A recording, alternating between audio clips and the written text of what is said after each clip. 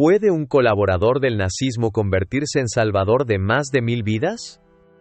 Esta es la historia de Oskar Schindler, un empresario y miembro del partido nazi, que jugó un papel clave en la supervivencia de muchos judíos durante el Holocausto. Se presenta como una narración compleja sobre la moralidad de una persona imperfecta en un periodo de gran criminalidad. Schindler nació en un entorno inestable en el Sudetenland, donde las identidades eran conflictivas y cambiantes. Creció en un hogar disfuncional, y su juventud estuvo marcada por la ambición sin dirección, decisiones financieras malas y una vida social activa. A pesar de estos problemas, su actitud pragmática lo llevó a capitalizar las oportunidades que el contexto político de su tiempo ofrecía. Durante las crisis económicas y políticas en Europa, Schindler se alinea con las ideologías nacionalistas, no por convicciones morales, sino por el deseo de estabilidad y éxito. La frustración por la derrota de la Primera Guerra Mundial alimentó movimientos radicales, y aunque Schindler no era un militante ferviente, compartió el deseo de integración del Sudetenland a Alemania.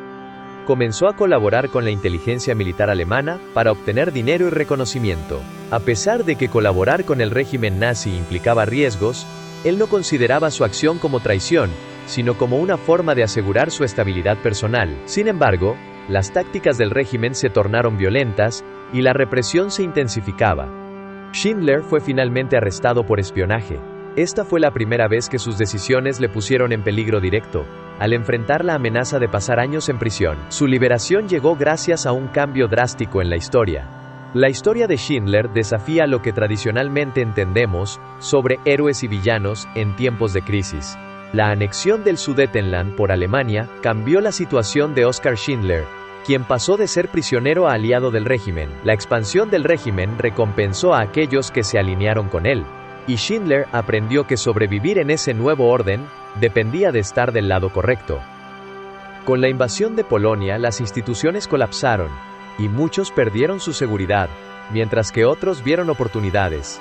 Schindler llegó a Cracovia como empresario, sabiendo usar el caos a su favor gracias a sus contactos y experiencia en el negocio. Inició actividades de mercado negro, y eventualmente adquirió una fábrica utilizando fondos judíos. La fábrica prosperó, y Schindler se enriqueció al aprovechar la convocatoria de trabajadores judíos, quienes eran más económicos que los polacos no judíos. Aunque su motivación era económica, esta decisión lo llevó a confrontar la dura realidad de la vida en los guetos. Los trabajadores llegaban exhaustos y aterrorizados. Aunque su prioridad seguía siendo los negocios, comenzó a reconocer la brutalidad del régimen nazi. Schindler aprovechó su posición social para lucir inofensivo ante las autoridades, lo que le dio cierta protección, pero también lo conectó más con las atrocidades que ocurrían. El régimen nazi desarrolló un plan sistemático para aislar y eliminar a las comunidades judías, y el horror se consolidó a través de la violencia burocrática. Los guetos se convirtieron en prisiones, y la vida se tornó en una lucha por la supervivencia, mientras que la violencia se volvió parte del día a día. Las deportaciones y las redadas se hicieron comunes, y la vida humana se redujo a categorías administrativas. Schindler empezó a ver de manera más clara la realidad de su entorno, y cuando comenzaron las deportaciones masivas de los guetos, se dio cuenta de que el objetivo ya no era simplemente explotar a la mano de obra, sino eliminarla por completo. Aunque no participó activamente en la violencia, fue testigo de cómo todo se desmoronaba. El sistema que Oskar Schindler había utilizado hasta ese momento para prosperar, cambió drásticamente cuando el terror se hizo evidente. La neutralidad ya no era una opción, y permanecer al margen se convirtió en una elección que implicaba una responsabilidad mayor. Schindler vivió este cambio en Cracovia, donde presenció la liquidación del gueto, un evento marcado por la violencia y brutalidad. Las tropas armadas ejecutaron órdenes claras. Los que podían trabajar serían enviados a campos, mientras que los demás serían eliminados sin juicio ni explicación. Este momento cambió la percepción de Schindler sobre sus trabajadores, dejándolos de ver como una ventaja económica para considerarlos como seres humanos en peligro. Su enfoque cambió y comenzó a usar sus habilidades previas, como contactos y sobornos, con el objetivo de salvar vidas en lugar de ganar dinero. Schindler sabía que no podía enfrentarse abiertamente al régimen, y optó por operar desde dentro, disfrazando sus acciones como necesidades productivas. Así, su fábrica se convirtió en un refugio para quienes buscaban escapar de la muerte. El temor era constante, especialmente por la naturaleza impredecible y violenta del comandante del campo. A medida que la situación se volvía más peligrosa, Schindler comprendió que su posición privilegiada tenía un alto costo moral. Decidió sacrificar su fortuna y seguridad por salvar tantas vidas como fuera posible. Esto no implicaba realizar actos heroicos evidentes, era un proceso más sutil de manipulación del sistema. Emily Schindler también jugó un papel clave, proveyendo alimentos y atención a los que estaban en riesgo, manteniendo una mínima dignidad en medio del horror. A medida que los recursos escaseaban, Schindler invirtió su dinero en retrasar deportaciones y ejecuciones, sabiendo que cada minuto ganado era una vida salvada. El ambiente se volvió cada vez más amenazante, con inspecciones constantes y riesgo de ser descubierto. Al final de la guerra, la fábrica dejó de generar riqueza y se centró en comprar tiempo, que se convirtió en el recurso más valioso para desafiar el régimen. Con la caída del régimen inminente, la violencia se intensificó, convirtiéndose en un momento crítico en la lucha por la vida de sus empleados. Para los judíos bajo su dominio, el paso del tiempo se había transformado en un enemigo implacable.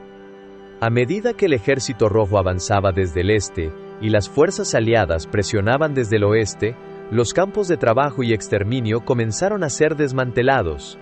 Las órdenes eran tajantes, nadie debía quedar atrás. Los prisioneros eran conducidos en trenes atestados o sometidos a marchas forzadas, sin comida ni refugio. El propósito no era tanto reubicarlos como asegurarse de que no sobrevivieran para ser liberados. Schindler comprendió que su capacidad de acción se agotaba. Su fábrica en Cracovia había dejado de ser considerada esencial para el esfuerzo bélico, lo cual significaba que la protección administrativa que había utilizado durante años estaba por colapsar. Si no tomaba medidas inmediatas, sus trabajadores serían absorbidos por el sistema de evacuación nazi y trasladados a un destino mortal. La solución a la que acudió fue tan simple como desesperada: cambiar la ubicación de la fábrica y, con ella, salvar a las personas. A través de sobornos, contactos influyentes y una narrativa estratégicamente elaborada, Schindler logró obtener autorización para trasladar su operación a su tierra natal, ubicada en lo que actualmente es territorio checo. Oficialmente, la fábrica produciría armamento para el ejército alemán. Sin embargo, la producción era secundaria. El objetivo real era proteger a sus empleados de la maquinaria genocida. Fue en este contexto que nació la célebre lista, no como un símbolo o un gesto vacío, sino como un recurso administrativo crucial. Cada nombre anotado representaba una vida apartada de los trenes que conducían a la muerte. La elaboración de la lista se realizó en condiciones extremas, con errores, correcciones constantes y arduas negociaciones. Incluir un nombre implicaba dejar fuera a alguien más, y cada decisión conllevaba una carga moral abrumadora. El traslado estuvo al borde del fracaso en múltiples momentos. Algunos trenes con prisioneros incluidos en la lista fueron dirigidos erróneamente hacia los campos de exterminio. En un incidente particularmente crítico, varias mujeres de la lista terminaron en Auschwitz, un lugar donde la esperanza era casi inexistente. Una vez más, Oskar Schindler intervino, ofreciendo cuantiosos sobornos y ejerciendo presión sobre oficiales corruptos hasta conseguir lo impensable: lograr la liberación del grupo de mujeres detenidas y su envío seguro a la fábrica. En su nueva ubicación, la fábrica operaba principalmente como una fachada.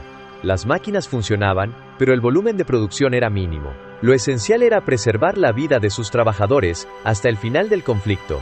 La esposa de Schindler, Emily, tuvo un papel vital en esta lucha, encargándose de organizar alimentos, atender a los enfermos y mantener una rutina mínima que ayudara a mitigar el colapso físico y psicológico de quienes ya lo habían perdido todo. Mientras todo esto sucedía, el Tercer Reich se desmoronaba rápidamente. Las ciudades caían, las líneas de suministro eran interrumpidas y el control central se desvanecía. En medio de este caos, Schindler y su esposa lograron lo inconcebible: proteger la vida de más de 1000 personas hasta la rendición alemana. Sin embargo, al finalizar la guerra, no hubo celebraciones. Schindler no se veía como un triunfador. Era un hombre agotado, arruinado económicamente y consciente de que su pasado lo hacía vulnerable. Sabía que las interpretaciones de sus actos variaban. En los ojos de algunos podría ser visto como un héroe, en los de otros, quizá como un colaborador del régimen nazi. La verdad sobre su labor solo podía corroborarse con las vidas que logró salvar. Antes de huir para evitar ser atrapado por las fuerzas soviéticas, Schindler recibió lo único que no podía comprarse: testimonios escritos por aquellos a quienes había salvado, donde agradecían su intervención sin la cual habrían perecido. También le fue entregado un anillo forjado con oro, donado por sus propios trabajadores judíos. Llevaba grabada una frase conmovedora: quien salva una vida, salva al mundo entero. Este gesto no era una certificación oficial, pero sí representaba una exoneración moral. Junto con Emily, Schindler logró abandonar la zona antes de que llegaran las fuerzas del Ejército Rojo. No huyó como un delincuente, sino consciente de que su historia era demasiado compleja para ser comprendida fácilmente en un mundo que buscaba juzgar en blanco y negro a los actores del conflicto más oscuro de la humanidad. Primero se establecieron en Alemania y, más tarde, intentaron reconstruir su vida lejos de Europa. La paz, sin embargo, no lo cambió. Schindler volvió a fracasar en sus negocios, perdió dinero, dependió del apoyo de aquellos mismos a quienes había salvado, y jamás logró estabilidad económica. El alcohol continuó marcando su vida. Emily, agotada tras décadas de sacrificios, finalmente se alejó. El hombre que desafió al régimen más letal del siglo no supo cómo vivir en tiempos normales. Su reconocimiento llegó tarde y de manera fragmentada. Árboles plantados en su honor, medallas, homenajes. Nada de esto restauró su vida personal, ni borró sus contradicciones. Schindler nunca fue un santo. Fue un hombre lleno de defectos, impulsivo, caótico y moralmente ambiguo. Pero cuando el mundo exigía obediencia absoluta, eligió desobedecer en silencio. Su legado no ofrece consuelo fácil. Nos obliga a aceptar que el bien puede emerger de personas imperfectas y que la historia no siempre distingue claramente entre héroes y villanos. Schindler no derrotó al sistema, pero lo erosionó desde dentro lo suficiente como para que más de 1000 personas pudieran seguir viviendo. Quizás esta sea la lección más incómoda. No se necesita pureza moral para hacer el bien. En ocasiones, basta con decidir no ser indiferente cuando la indiferencia es lo común. Su historia incomoda porque desmonta una idea persistente, que solo las personas moralmente puras pueden hacer el bien. Schindler prueba lo contrario, muestra que incluso individuos llenos de fallas pueden, en momentos decisivos, inclinar la balanza hacia la vida. A veces, el acto más radical no es la rebelión abierta, sino la negativa silenciosa a aceptar lo inaceptable. Más de 1000 personas sobrevivieron porque un hombre común decidió usar su posición para proteger en lugar de destruir. Este hecho no borra sus errores, pero tampoco puede ser ignorado. La historia no siempre nos ofrece redenciones claras, pero sí plantea preguntas profundas sobre responsabilidad, elección y humanidad.